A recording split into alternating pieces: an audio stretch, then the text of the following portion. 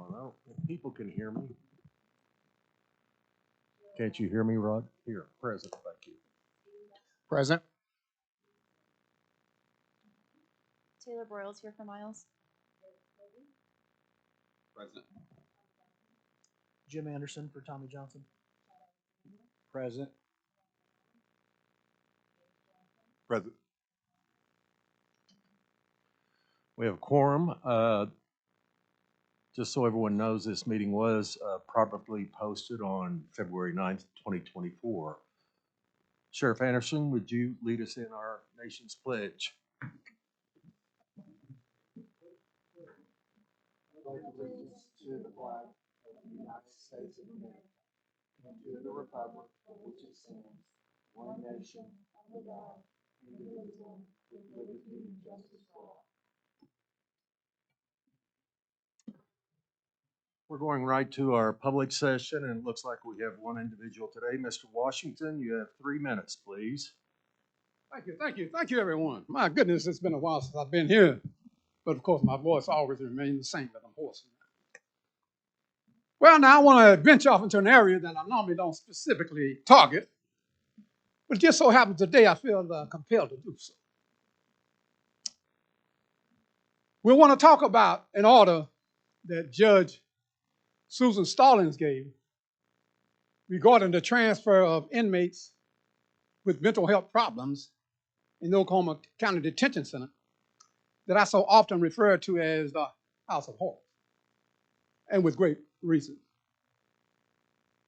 28 inmates, as of last year, died because they did not have the proper medical treatment in the House of Horror. As a matter of fact, just a few steps away from where I'm speaking today. It's a shame that you have to have a judge, an outsider, who has to come in and make decisions in such rash, I say rash, because it should automatically be a pragmatic reality that these people need help. They're in the wrong place, not a jail cell, but a place where they can get the proper medications, the proper outdoor recreation, counseling sessions. Okay?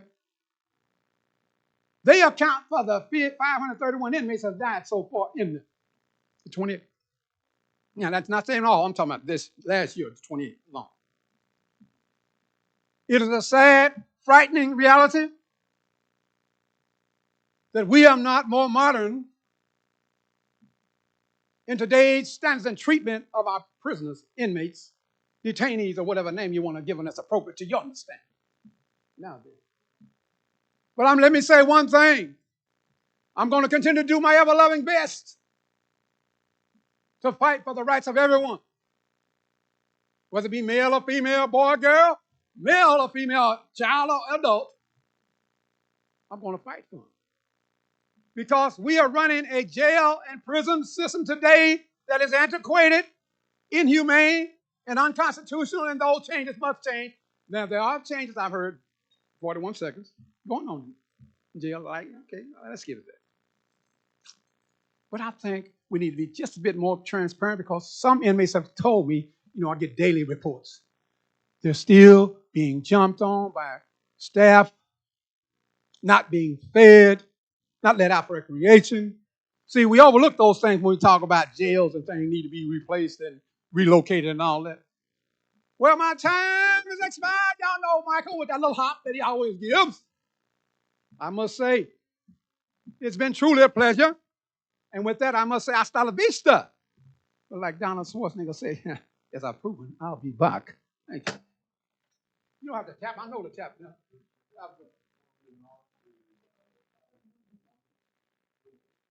Mic is not on. You could hear me though, right? Yeah. Always afraid when people can't hear me. It's a problem. Item number 1,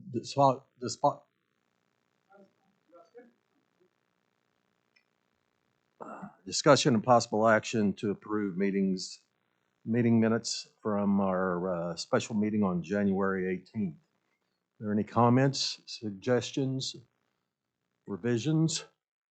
I'll entertain a motion. Motion to approve. Thank you. Motion and second to approve the Minutes of the meeting from January 18th, 2024. Everyone vote electronically. Mrs. Campisi, please call the roll. Yes. Yes. Yes. Abstain. Yes. We'll move to item 2, which is our Chief Executive Officer's report. Brandy Garner. Mrs. Garner, you're up. Potentially receive, accept, and discuss your report today. Thank you.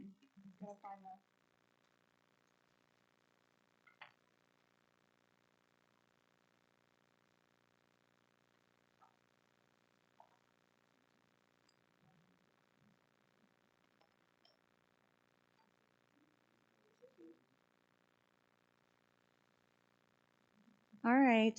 Good afternoon.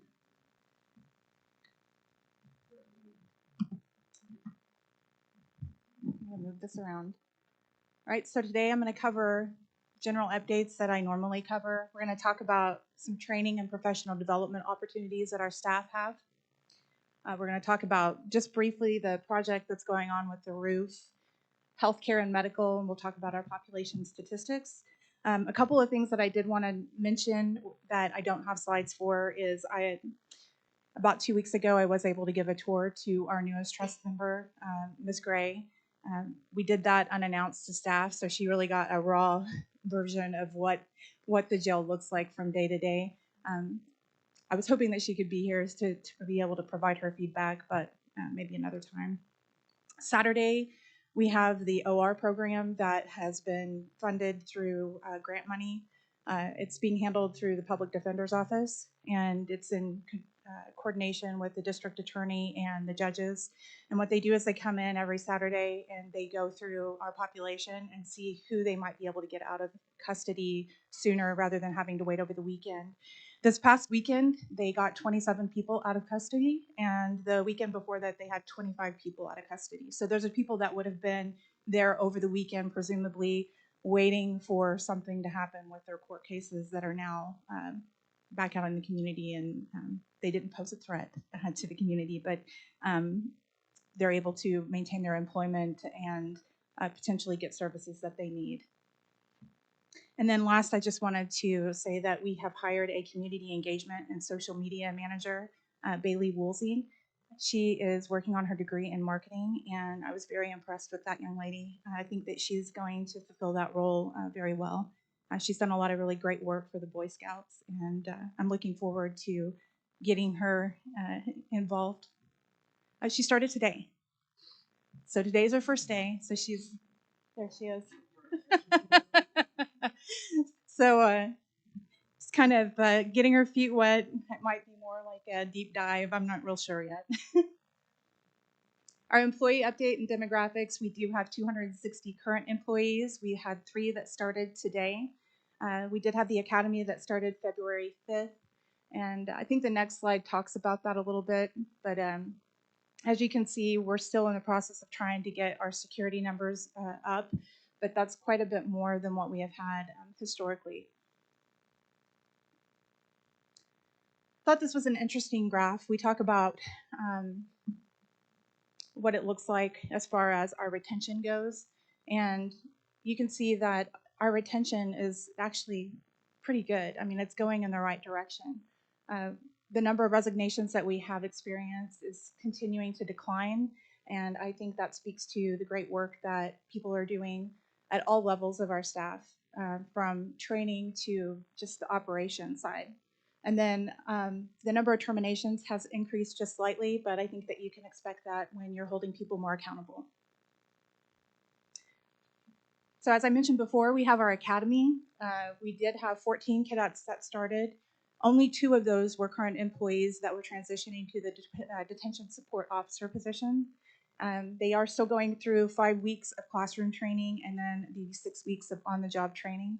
So we have over 440 hours of training that they are going through before they are out on their own working a platoon or a floor by themselves. We did send 3 to Moore Norman Technology Center to be CLEAT certified peace officers. And we had 1 that graduated from the Bridge Academy, and her official graduation is at the end of this month.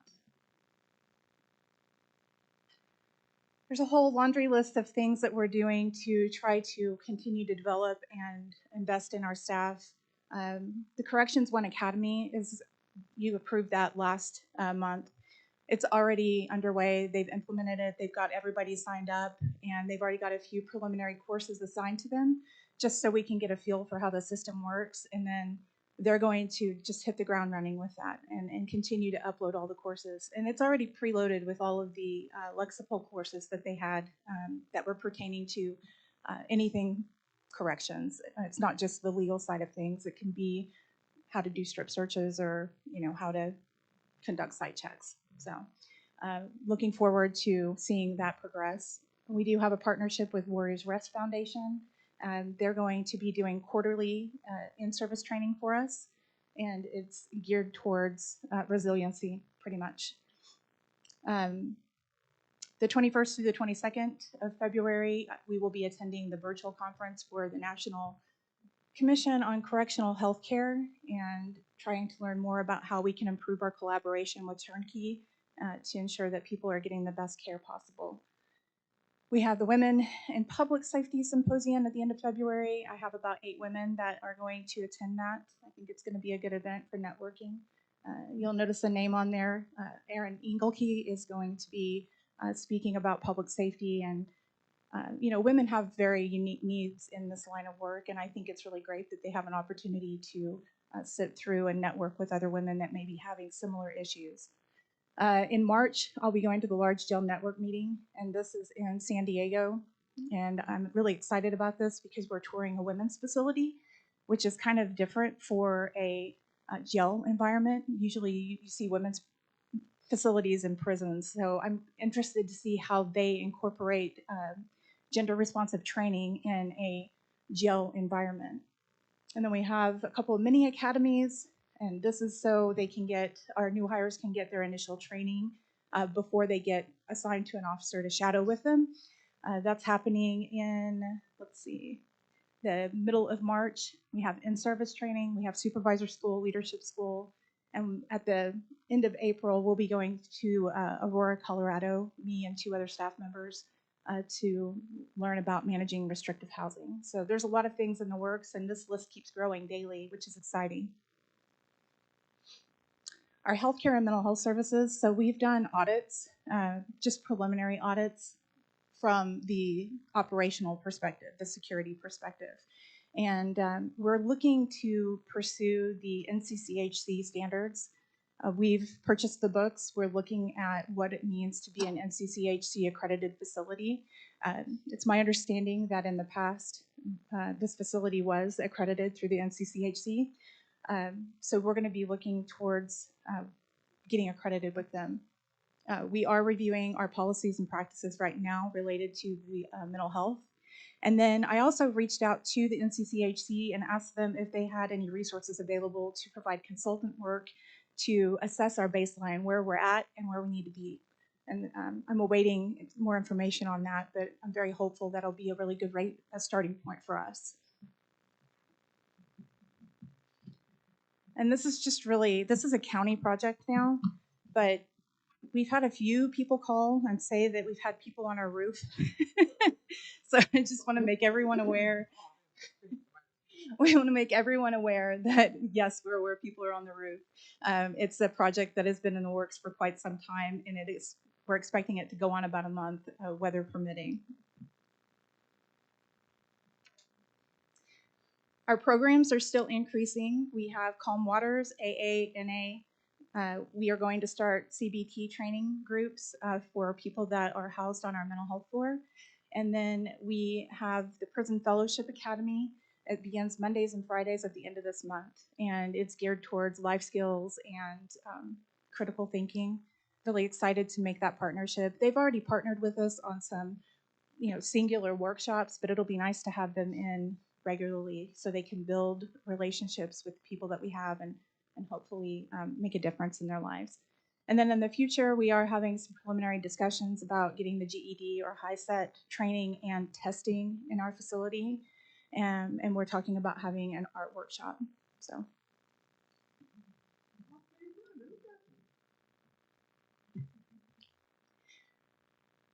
So on February 2nd and 3rd, we did have 4 overdoses that happened pretty quickly in succession, and 2 did require hospitalization.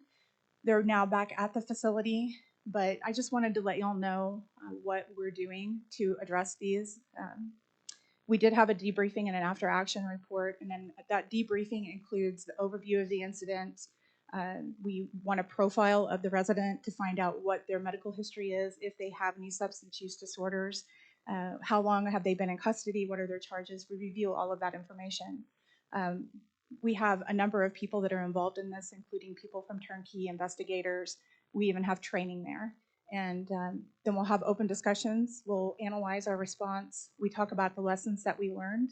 And then we create action items based on the previous discussions.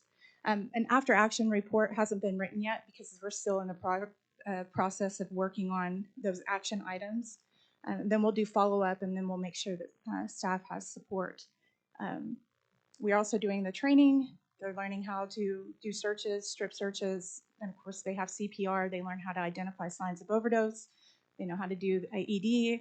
They know how to administer Narcan. They're all issued Narcan. We've been doing the employee and vendor searches. Canine searches, we use the body scanner. We're doing MEL scanning. And we also have programs for the people in our care.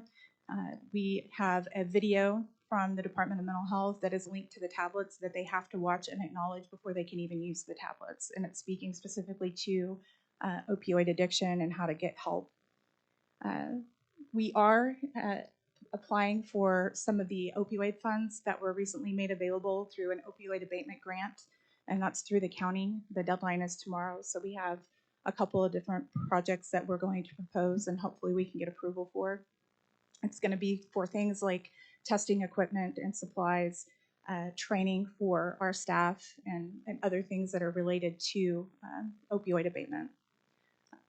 Hopefully we'll have the policy for Narcan to be distributed to the residents soon. There's a lot of legal hurdles that have to be overcome in order to get that off the ground. I do want to go on record and say that as of Friday, we had confirmation from the investigators that the fentanyl that was introduced to our facility was in fact from a new intake. So it wasn't anybody that works for us or for one of our contractors.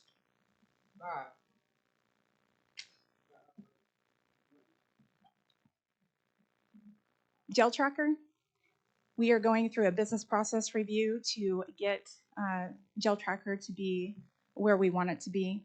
I've noticed that right now we're not able to pull all the data that I'd like to be able to pull. And so we're going to go through 3 to 4 days of just reviewing our processes so they can reconfigure it so it's more usable for us.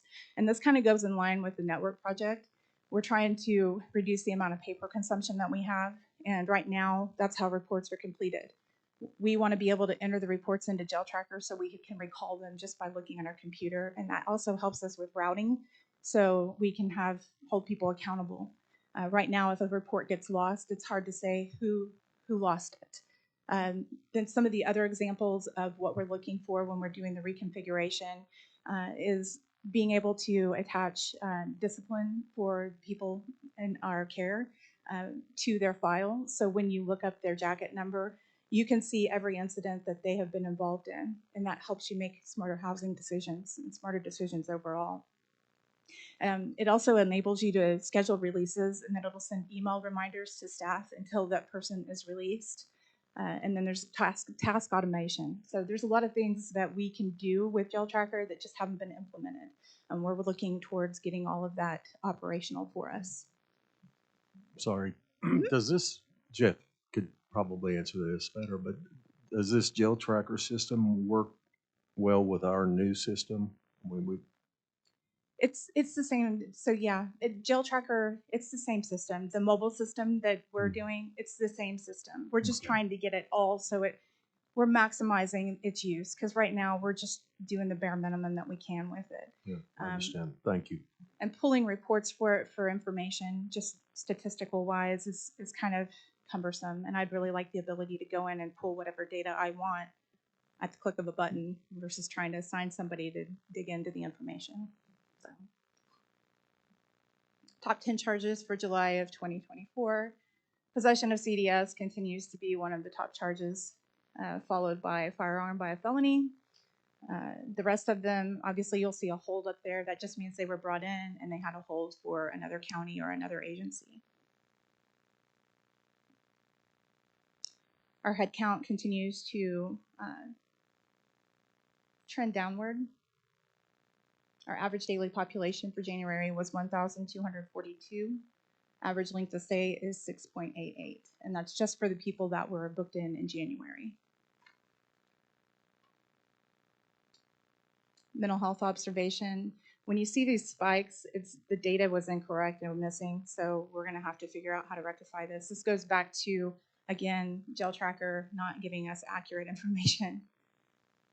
Our DOC sentenced people is staying about steady. It's anywhere between 60 and 80 people, and all the other numbers are staying pretty steady. Our current population today is 1,202. Compared to February 13th of last year, it was 1,471. Top utilizers of our agency is Oklahoma City with 849 people, and those are people that are currently in custody, followed by Oklahoma County Sheriff's Office, Midwest City PD, Edmond. And I just thought it was an interesting statistic to see how long those people are staying in custody that when they're brought in. Now, it's not on just their city charges, obviously, but it helps to know how long people are staying in custody. The count, veteran count, and this is self-reporting, is 22. Homeless, 39. The number of sentenced people as of this morning is 73. We have 131 people that are over the age of 50. They have been in custody for an average of 115 days, with the longest person staying in custody for 1,103 days. We currently have 18 that are awaiting transport to the Oklahoma Forensic Center. The average stay for them is 237.9. The maximum right now is 594 days. Would like to point out that 5 of those have been waiting over a year, and 3 are on the list that are waiting transport for a second time. And that concludes my report. Do you have any questions, comments, concerns? Members, do you have any questions, comments? Mr. Buck? To clarify definitionally on those that are the 3 who are awaiting second trip to OFC, is that the second trip during the current period of incarceration, or is that a trip that may have occurred under a previous detainment? It's the same. Same period of The incarceration. same period of incarceration. The second question I wanted to touch on was, first of all, thank you for designing workflow in such a way that you can support groups like AA and NA and the Calm Waters work. I am very pleased to hear that. If I were to discuss with a detainee their ability to access those groups, what would their point of entry look like? How are they being made aware of, and how are you accommodating their desire to participate? So there's signs posted in the pods, and in some of the classes, they have actual sign-up sheets. Moving towards the future, the information will be posted on the tablets. And in fact, we've even had some preliminary discussions about creating accounts for tickets to go straight to those programs so they can field their own request.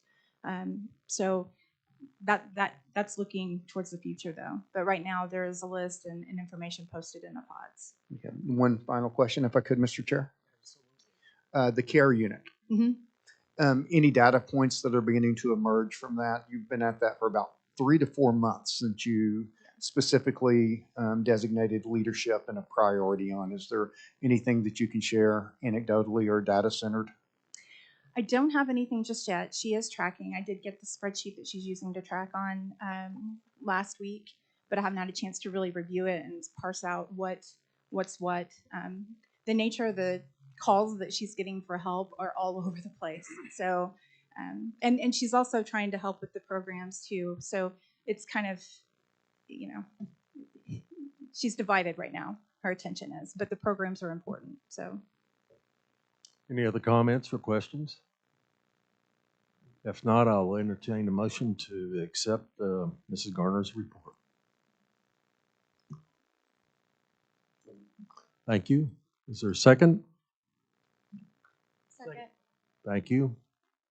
Um, Motion for accepting the report.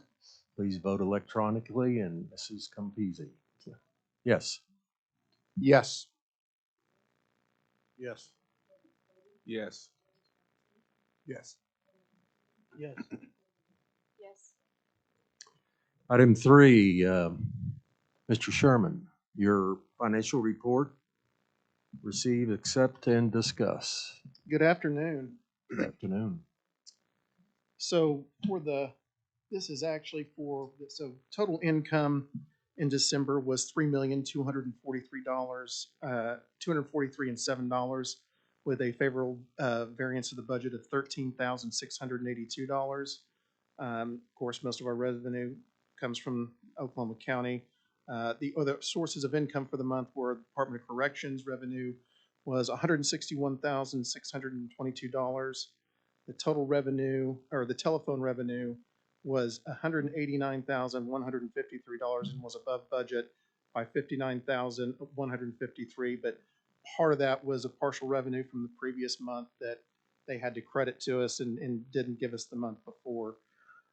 Our commissary revenue was $59,638 and was below budget by $362. Municipalities contract boarding revenue was $1,179, and I will be meeting next week with the city of Oklahoma City to discuss the contract with the city. On our expenses, there were $2,899,907 for a favorable variance of $261,123. Our salaries, wages, and benefits totaled $1,547,946 and was below budget by $281,306. Our turnkey contract is always the $666,226, which is comprehensive.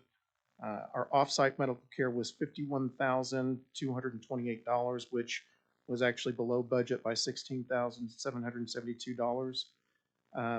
I've inquired about this next one on our utility bill because our electricity was $28,541, but it was $15,500 less, and so I've sent them an email asking what happened on that one.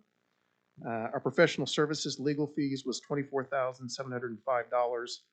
Telecommunications equipment, we spent $13,153, which was for new radios and batteries. Medical equipment, we had to purchase a new ECG machine, which was $4,345. And then we had training equipment costs of $5,399, which was for iPads for the academy and for training. That is all I have as far as the financial position. I have a question on the professional services bill. Is the DA's office a part of that 24,000, or is that over and above? That's not. It's separate. That's separate. Thank you. And then I do have just one more thing. Now I'm going to bring up Sergeant Miller to discuss our mental health and the transport and how long some of our residents are in custody before they actually are sent out for an actual competency evaluation. So, Thank you. You're recognized, Sergeant Miller. Good afternoon. Good afternoon. Please forgive my presentation. I know the writing is small. I think it gets smaller every meeting, honestly, by design. Oh, I'm not getting older at all. That's not possible. So I'll Please. go over the spreadsheet real fast before I go over this because it'll probably make a little bit more sense. So the spreadsheet before you is just a collection of data from the past 2 years. This is just a selection from the past 2 years from my master list because I've been collecting the data on all of our competency evaluation folks that going back to 2019 when I took over my current position, which is I am the diversion court liaison, aka the go-to guy for mental health. So we've been tracking them. So with your spreadsheet,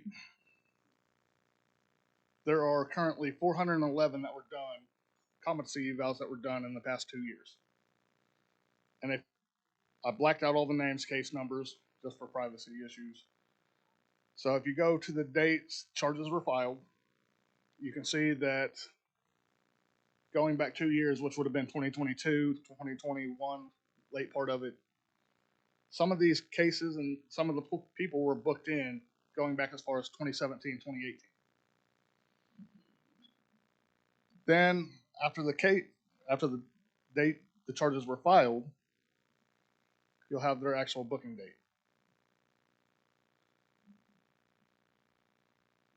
Then the number next to that is the days that the person spent in jail until they were ordered a competency evaluation by a judge. Those days vary depending on who the person was, how fast their court case was moving, lots of different variables. The following date is the date your evaluation was ordered. So the next set of numbers is forgive me, I'm not used to speaking in public, is the amount of days from the date the competency evaluation was ordered to the time it was actually done. So it reflects the numbers from judge orders comp eval to the time the provider comes in to actually either do it by video or come in person to do the evaluation. Then I show who did the evaluations for them, and it's either OFC, which is the Oklahoma Forensic Center, or their contracted agency here in the city is Red Rock. So after the evaluation, you'll get to the evaluation or the commitment order date. So after the evaluation, if the person was found incompetent and given a commitment order to go to Veneta, that's where it was. That's when it was. So we get into number of days after the commitment order to the time they were transported, which basically reflects after they were found incompetent in the jail to the time we actually, or the sheriff's office actually transported them to Veneta. That's how many days in between. Then, of course, your return date to jail. So whenever they came back from OFC. Comp review date is primarily for my stat tracking.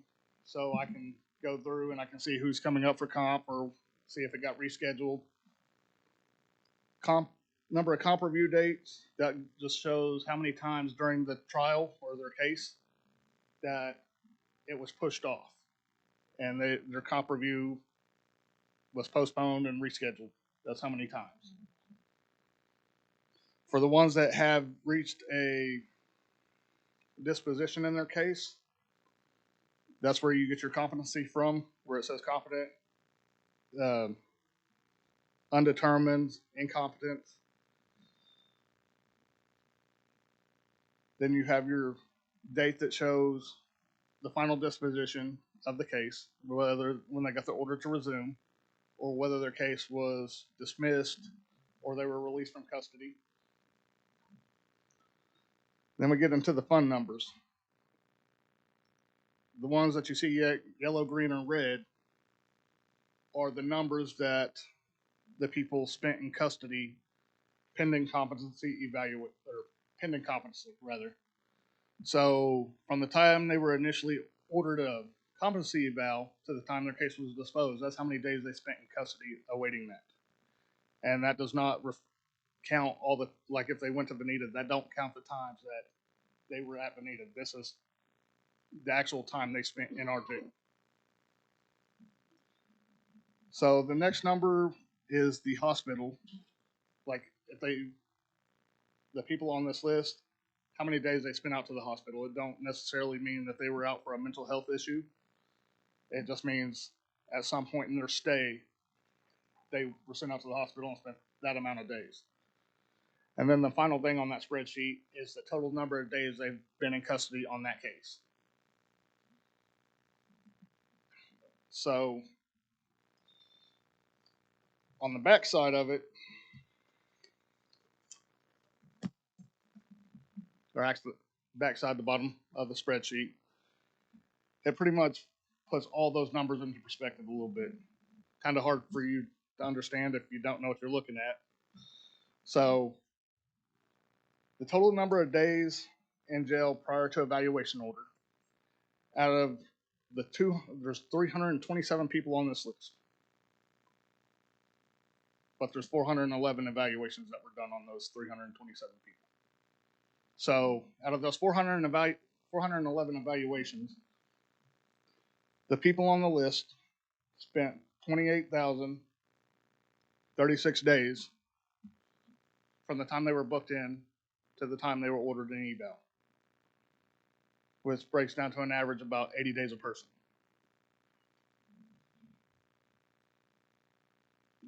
The total number of days awaiting eval after that order was issued was 11,647, averaging about 34, 35 days a person. Total number of days from commitment order to the transport, 11,684. So those 327 people waited about 11,000 days in custody after they've been ordered to go to Bonita. About 95 average is about 95 days a person. Of those 327, they spent a total of 14,004 days in Griffin's care, or Bonita's care. So here's where we get to the bigger numbers of those. Total number of days spent in jail on cases that were comped in the past 2 years was 66,098. So that means throughout these cases, all these people spent that many days in custody, just basically on their case. Now you get to the point to, oh, they were comped. So during the whole comp process, those 327 people spent 52,729 days pending comp. So of those 65,000 days, they spent 52,000 waiting to be determined competent or incompetent and to get done with their cases, which roughly averages about 151 days somebody is waiting to be determined competent. 327, yeah, that's the average. So you got 327 people spending 151 days for between the courts and the state to determine if they're competent.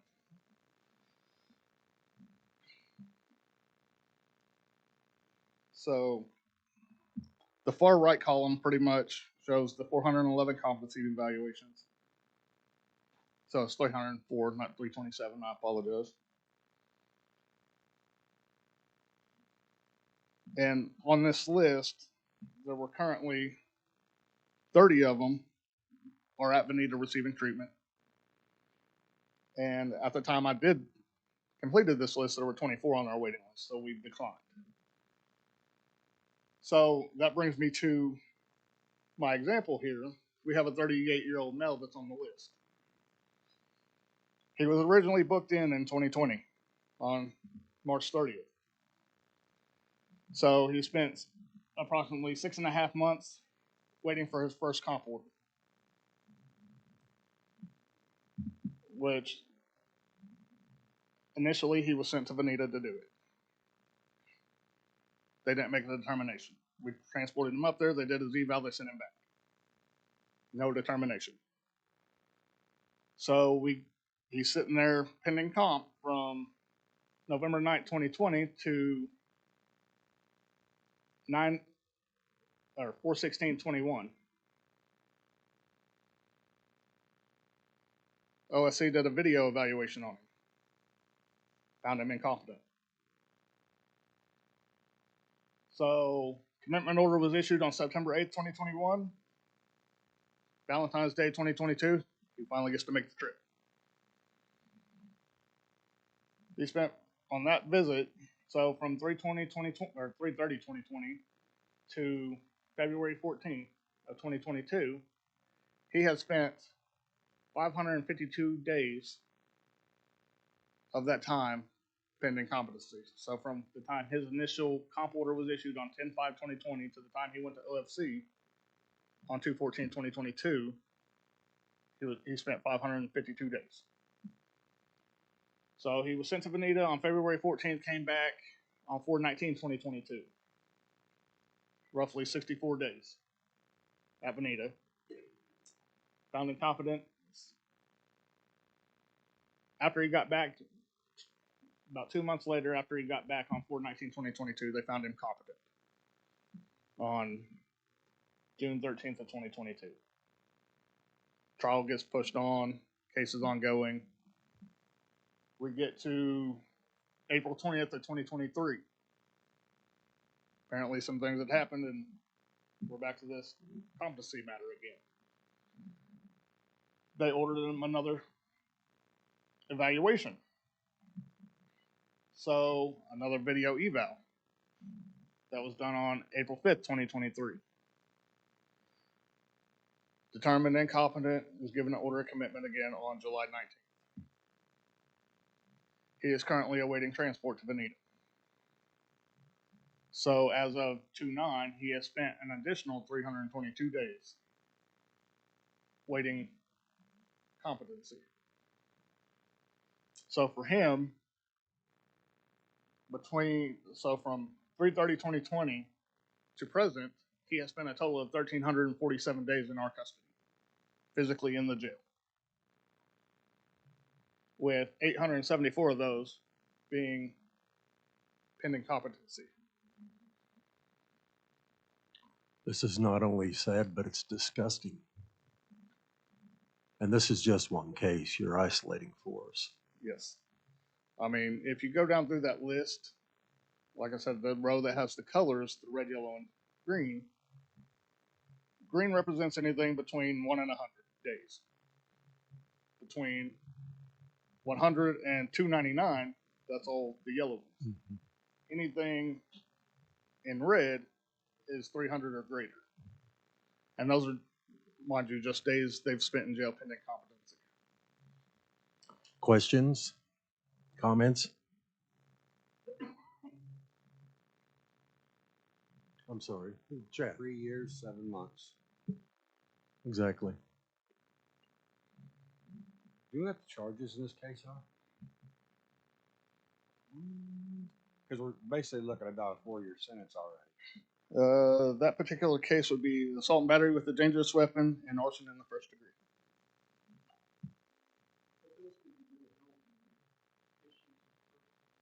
I very much understand this Yeah. current situation. We're obviously not very happy about it.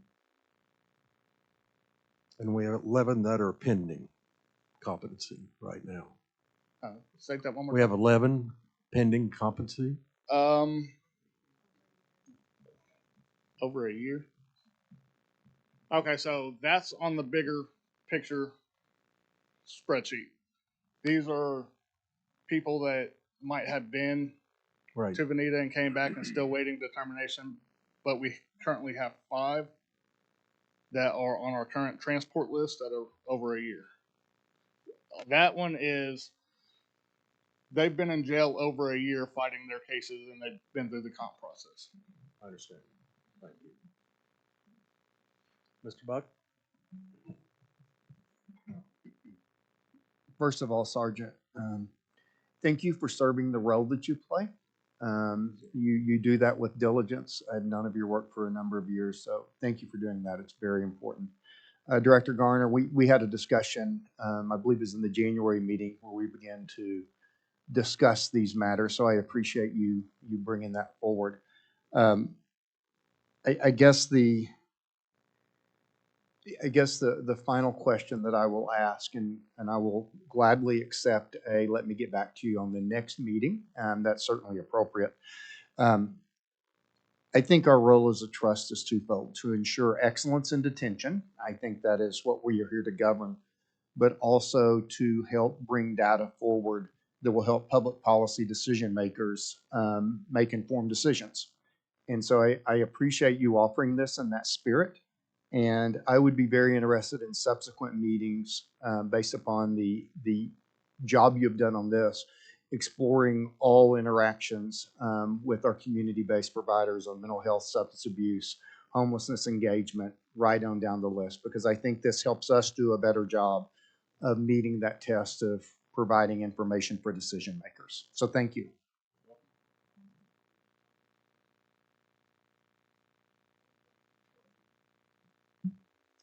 I want to thank you, Sergeant, because if you had not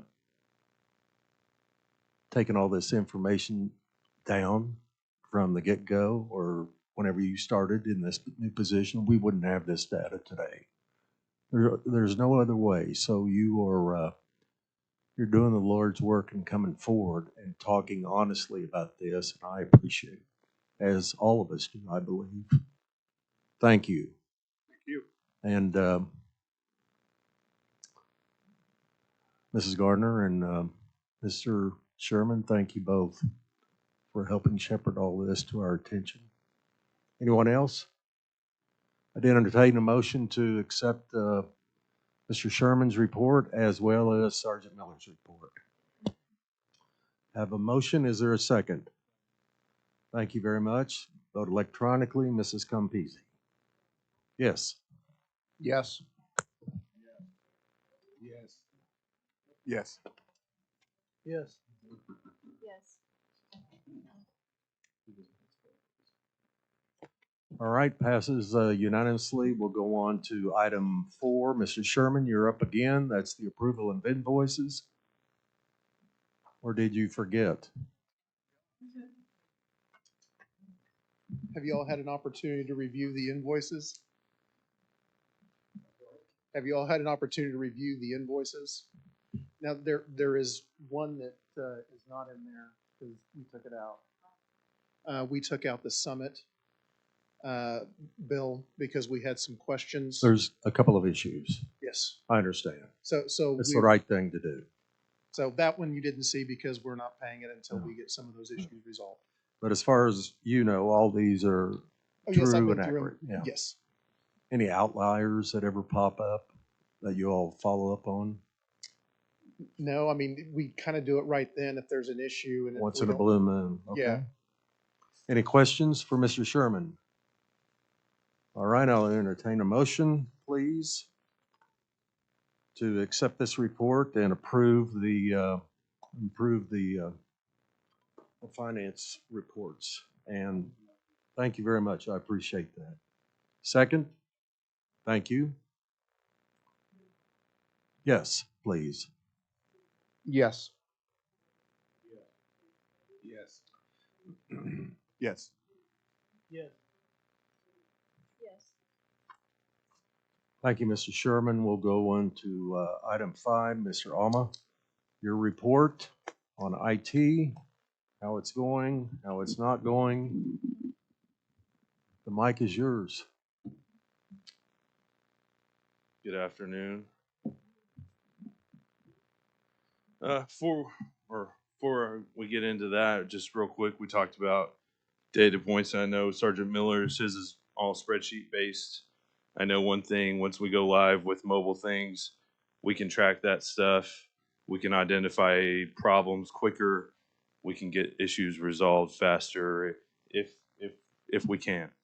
Do one part of that is being able to identify it. So that was one of the reasons that we stepped forward and improved the budget for your shop to make this change. Right. This is going to be a huge difference for not only all of us, for the employees, but the outside world to see that we're transparent as Sure. much as we possibly can.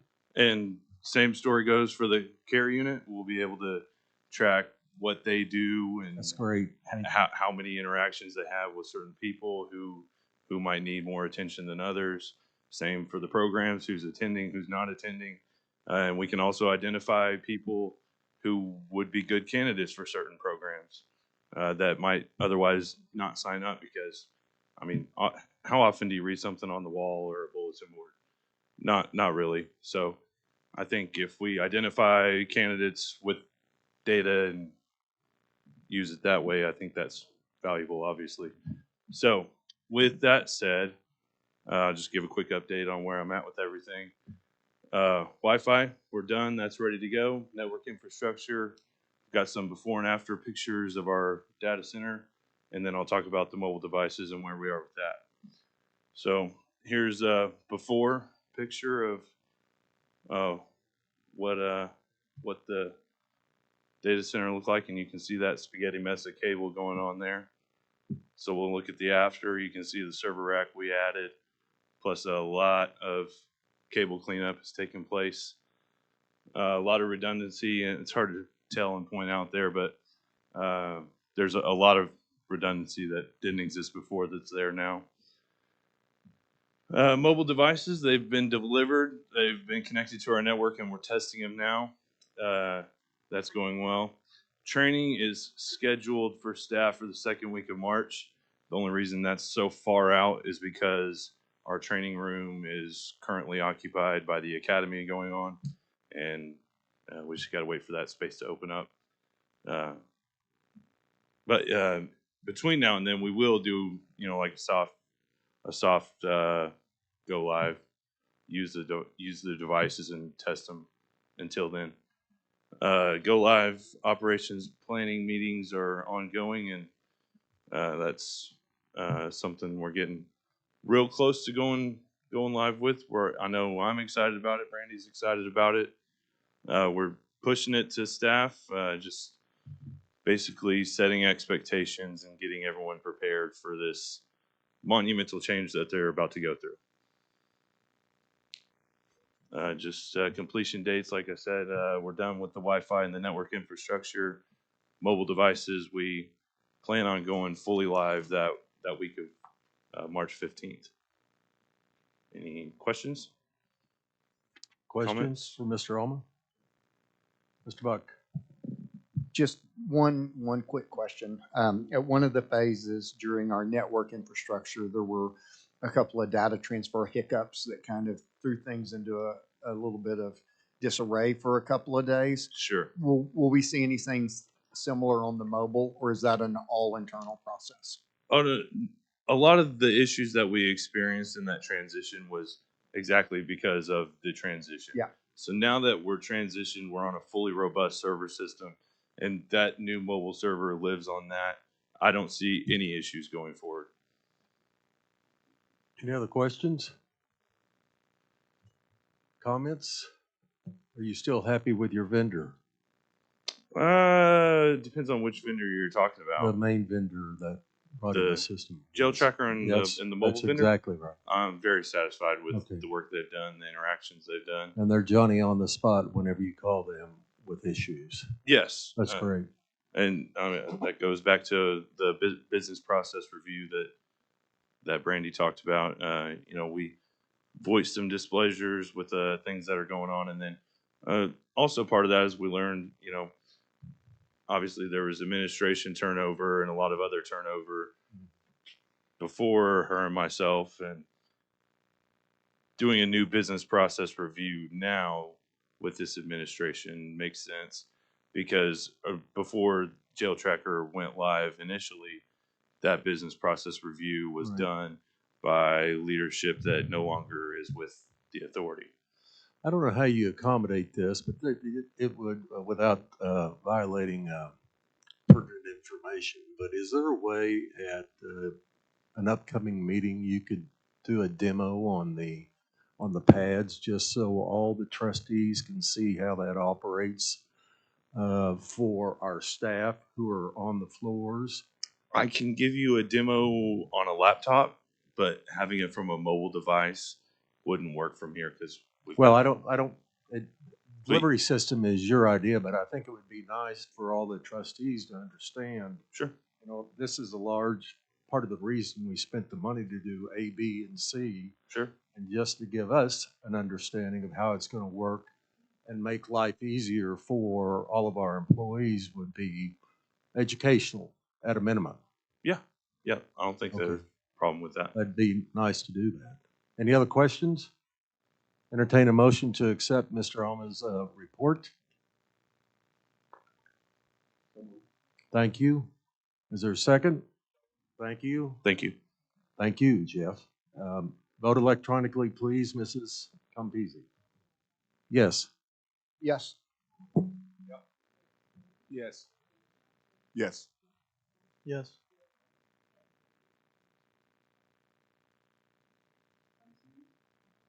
Thank you. Let's see, next we have the number 6, the Oklahoma County Criminal Justice Authority Citizens Advisory Board report. I don't know that anybody's here. Interesting. So we'll strike that. Let's move on to number 7, which is announcing our next regularly scheduled meeting for March 11th of 2024.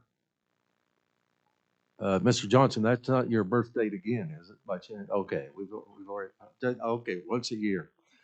That's informational. Anybody have any questions about that? Good. Any additional comments or something good from the order from all the rest of the trustees here? I appreciate everybody attending today. Sheriff, you have anything you want to tell us? No, no comments. Okay. Seeing none, let's move on to adjournment. I'll entertain a motion to adjourn. Thank you. You don't count. Is there a second? Thank you. Mrs. Campisi, there is a motion and a second. Please call the roll. Yes. Yes. Yes. Yes. Yes. Thank you. We're adjourned.